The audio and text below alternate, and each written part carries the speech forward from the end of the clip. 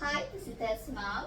It's really nice meeting you again, and thank you accepting our invitation to share your child's journey with us today. I have a couple of questions to ask from you, and I hope you will be able to give a good, justification for those questions.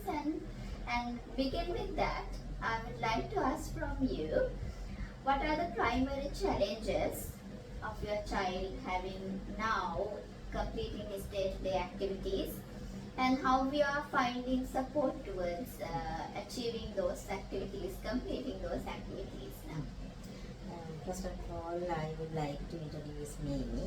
I am Chamali Ranasinghe, single mother of autism baby, and currently I am working in leading international school in Colombo. When he was born, he had a kidney-related health issue. So he, after second day, he faced serious surgery. He spent around 1 week in ICU, underwent several surgeries, and he spent around 1 month in the government hospital, receiving medicines and treatments. It was a very critical situation for him. I think doctors and health staffs dedication and effort, he saved his life. Around 2.5 years, I have to go to professional help because of speech delay and low weight. Then they diagnosed my child as a severe autistic baby. Actually, that time I had no idea about the autism child. Previously, also I haven't seen autism child in my life. So I haven't idea about what I have to do, what are the problems he arise in the future, and actually I had a blank idea about that condition of the child.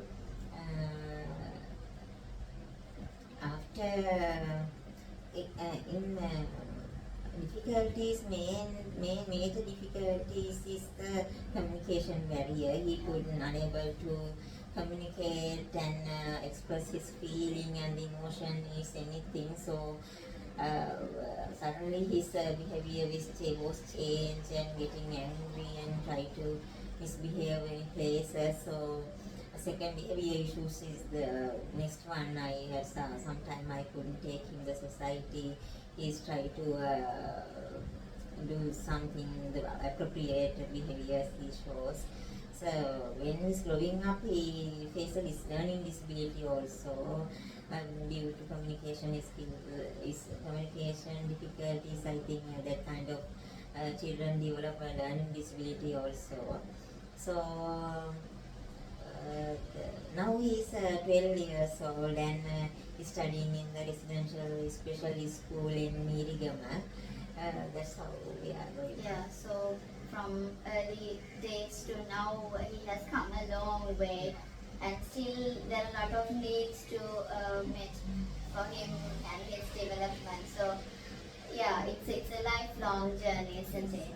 So with that, I would like to ask from you, how has having a child with disability affected your family dynamics, and what type of support you expected from your family?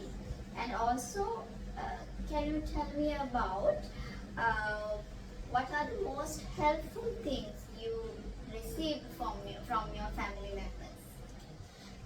Actually, I didn't receive any financial or emotional support from my husband. And his side of family, one of my sister only always with me for my strength.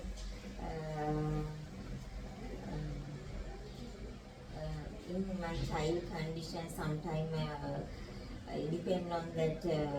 I have to change. Suddenly, I have to change my some decision. Previously, so because of his expenses, I have to start my work again. Previously, I worked as a company secretary, so I started going to work because I have to cover my son's all expenses. So he went to the several private sector therapy also. Because I'm unable to continue government clinic because I have to work weekdays. I have to go to my work. No, that's what.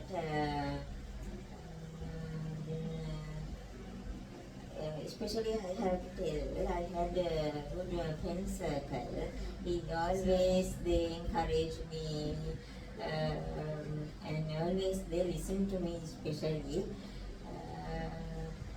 When in this duration I spend most time in that hospital therapy places, and so I met many special need parents. So we shared some experiences what we have to do our children. So sometimes we all together we take our children out days also.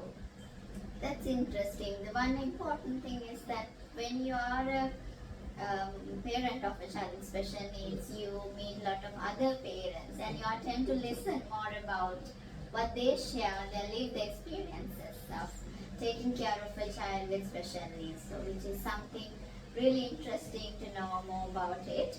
And can you tell me about what are the key services, including health, education, therapies, currently using your child, and how accessible are they to you and your family? In Sri Lanka, we have free education and free healthcare. My child attended many clinics, speech therapy, occupation therapy, physiotherapy, and because he has sensory issues also, and nephrology and neurology, and faces many gestures. So all treatment I received free of charge. Then sometimes when I'm difficult to arrive many days, they allow me to any time to get consulted from that some kind of clinic spaces also. It's also very helpful for me to, otherwise I couldn't complete my regular cleanup of my child. Actually we have to understand about our parents. They are struggling with their child. Most of the parents are isolated from the society because of their diversity of their children, and mental stress and that physical tiredness, all issues they have. So I think we have to, as people, others has to treat them well and understand themselves. So encourage themselves and talk with them about the difficult, Journey. yeah. Then only others also can understand how they are struggling to save their child's life. I think it's a very important thing, and they will also get happy about when others are accepting their child, try to be kind without judging their parents and parenting skills also, and without complaining and criticizing the child behaviors, and encourage them. Then that kind of convocation we have to make them that kind of parents and parents also. And I think the accessing services, We have mainly, many facilities, but facilities, sometimes we but can't access many. due to financial issues, some parents, especially when it's come to your situation, from the beginning when you had financial hardships, I think it's very difficult to come at several days for several clinics. So that time I have observed parents used to come taking a one day, making all the appointments to a one day, and then at the end of the day child is very tired. But that's how parents find very easy to do so, but I know in practical it's not the way we should treat our patients and in our within our Also that system. most of the facilities are only for the Colombo areas. I think when they are going regular basis, they haven't any facilities. Yes, They so are that suffering with their infrastructure child without development. knowledge, information and all things. Yeah, so the knowledge, information, and the infrastructure development. I think the transportation, all these things have to improve. Yeah, you gave us a valued point that even the services are free, but the distribution of these services in the other part of the country also has to be equally accessible, and I think that is something to consider for our policymakers. So you mentioned about the community attitudes showing kindness, empathy towards parents and the families of children with special needs. So I have a question to ask about that. How how do how do societal attitudes and Sri Lankan cultural norms impact your experiences as a parent of a child with special needs? Actually, still our society not accepting that kind of children because they have lack understanding and knowledge about that child. Because children, parents also not like to go out with the children. They are not exposed in them from the society. Then that they others also can't get a good idea about that kind of children. One thing also especially I have to tell that some disabilities we can identify by their appearance. But autism, hyperactive and learning disability we can't identify in their appearance. It's, then their children, especially learning disability children are very suffered inside from themselves in schools. We are meeting that kind of children, difficulty reading and writing. Then teachers also have no idea about the parent also misunderstanding about them. They are lazy and not like to work properly. That's why he is doing this thinking that's how they are thinking. But we have to identify if a child unable to read or is facing some difficulty to read and writing. He is facing some difficulty, so we have to talk with them. We have to identify the difficulty and we have to find the good solution, and we have to support them to their academic development. As a teachers also, I think all teachers has to get minimally is knowledge about Training. difficulties of the children. Then we have to be kind. If you haven't haven't knowledge, you can send them to the proper way to get that one. So that's how teachers also we have to also that disability is not mean inability. We have to understand about it. We have to give extra support for some areas to develop their academic abilities, whatever their life skills you are going to train at the end for them to survive in their journey. Yes. And then can I ask you this? Can you give an example taking your son as any incident relevant to any societal attitude kind of experience you had towards your child? Yes, first I met in my family. They not allowed me. They tried to put the fault on my head. This thing happened to him because of you. That means they are mean like that. So I think as a mother, it's a very critical situation when when their family is not supporting. I told you, I met many special need parents.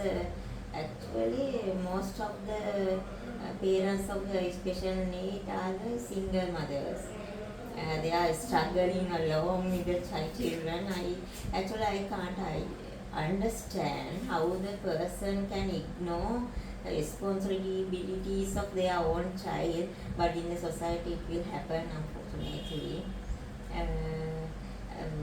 When society, when I go, my son has difficulty, that is the societies and some places when I face some difficult to when he's taking him to supermarket, shopping malls and other things, but doctors advise me to take him regularly, take him Expose out, him more yeah, to the then society. only he can understand what is this, why what I have to have behave that places, then only they also can take the understanding by their experience. So we have to take them out and understand about them.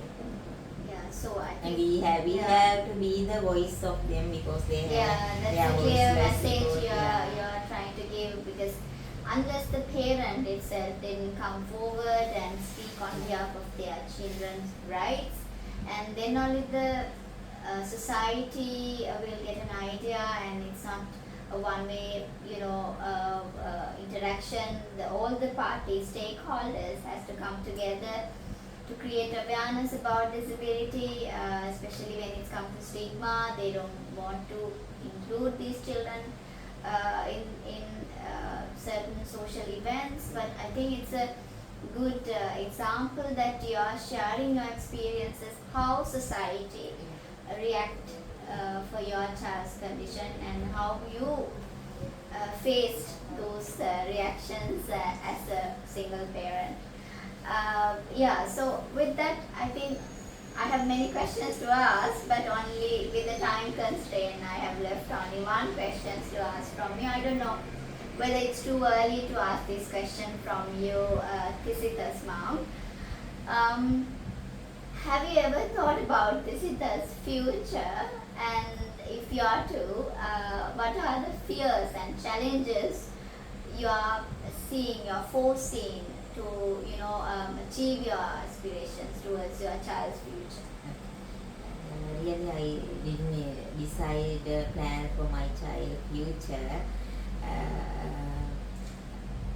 because it's a big question for me. Actually, my biggest fear is no one is there for him to look after me. The way I take care of him. So I have no idea about the good residential elders care center for this kind of children after 18 years or after their parents' death. There is so that place is also is a question for the all special needs children. What we are going to do, what will happen to their child after their death. Yes. Then these children also have some rights, so we have to protect their rights, and we have to have actually we have to plan the future. Especially in Sri Lanka, we don't have any investment or insurance plan for that kind of children. They are not allowed it. They don't allow this kind of children. So it's also something Challenge. Challenge. I think government sector or private sector, they have to provide that kind of some policies. Even then also he can survive some place, and they can cover their amount and pieces, and for that way also. So finally, I have to say this, we have to treat that child is kindly. Then only this world will be a better place for them. So we all have a responsibility. Yes, as a human, whether we are special needs child parents or not, we have as a human we have duty to protect their life and provide a good life for them, because all children has right to spend their childhood in happily. I think they are expecting only the happiness. So I think inclusion. I think at least we have to respect the society and Yes, so I know as a parent from the beginning to now journey is not easy. Yeah. Still to go on, and I think you gave us Actually, it's a very hard to explain anyone to how I wear these all things as a single Yeah. mother, and how I save his life, and how we are together Fighting this battle, these matters. to, Actually, I you know, now I still am very struggling. happy. We both are came for the comfort zone. Yeah, still only you have started settling down Yeah. with him when he come to at the age of 12 years. Yes. Still but more years to Yeah. go on with him, and let's see your future will be more hopeful and more productive, and he will have a kind of peaceful, accepted and dignified future. So thank you Thisitha's mom joining today, and I hope the discussion will go on, and I would like to see you again. Thank you.